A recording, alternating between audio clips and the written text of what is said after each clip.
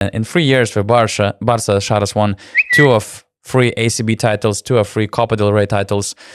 He made the Final Four in all 3 seasons. And as you mentioned, it took 9 years for Barca to win 2 ACB titles before, and 8 years to clinch 4 major domestic league trophies. But there's this one thing.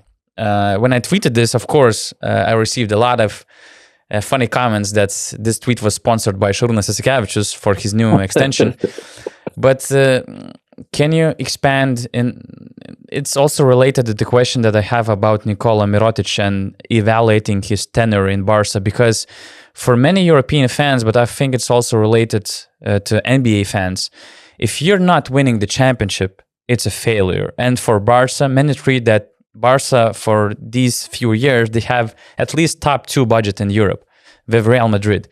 If you're not winning the EuroLeague, many people consider it as a failure, as a bust, both for Mirotic, maybe both for Barca and Šarūnas Jasikevičius. What do you think about if that's fair, or I mean, you see some sense in a way that you spend so much money, let's say in 3 years, maybe something close to 120 millions just to win the EuroLeague, and you don't? I mean, I sense the disappointment. I understand, where they're coming from in that aspect, but it's not a failure. I mean, if you just look at the track record of so many teams with those big budgets, if that was the case, those teams will win the EuroLeague every year, but they don't.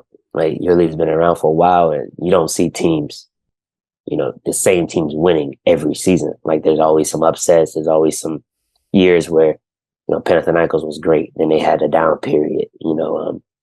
Cheska was, always getting there, kind of like Barcelona, but they just couldn't get over the hump. And then they finally were able to get over the hump, win some championships.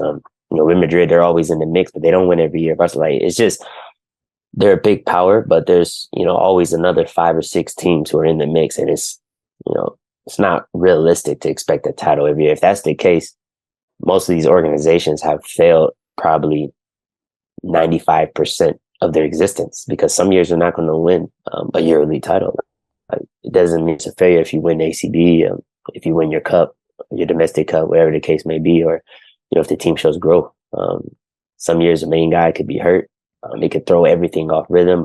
Maybe you came in with a lot of new players. The chemistry isn't fully developed. You're playing against other teams who've been together 4 or 5 years. Like, there's so many different factors that have to do with the championship, that just because you spent a lot of money doesn't mean all players will mesh, all things will go right. I mean, it takes time. It's a process. And I think that's probably what you saw this year with Efes, with them getting those new pieces, having guys in and out the rotation. Like, I'm sure they'll play better next year, now that they have that chemistry and that continuity. And it's probably why you see Real Madrid continue to have so much success, because they don't have much turnover. It's those same guys, and they're getting older. Yeah, they're 35, 36, 37, but with all the science, all the advancements in sports and saving your body, you're seeing older guys being able to play at a high level.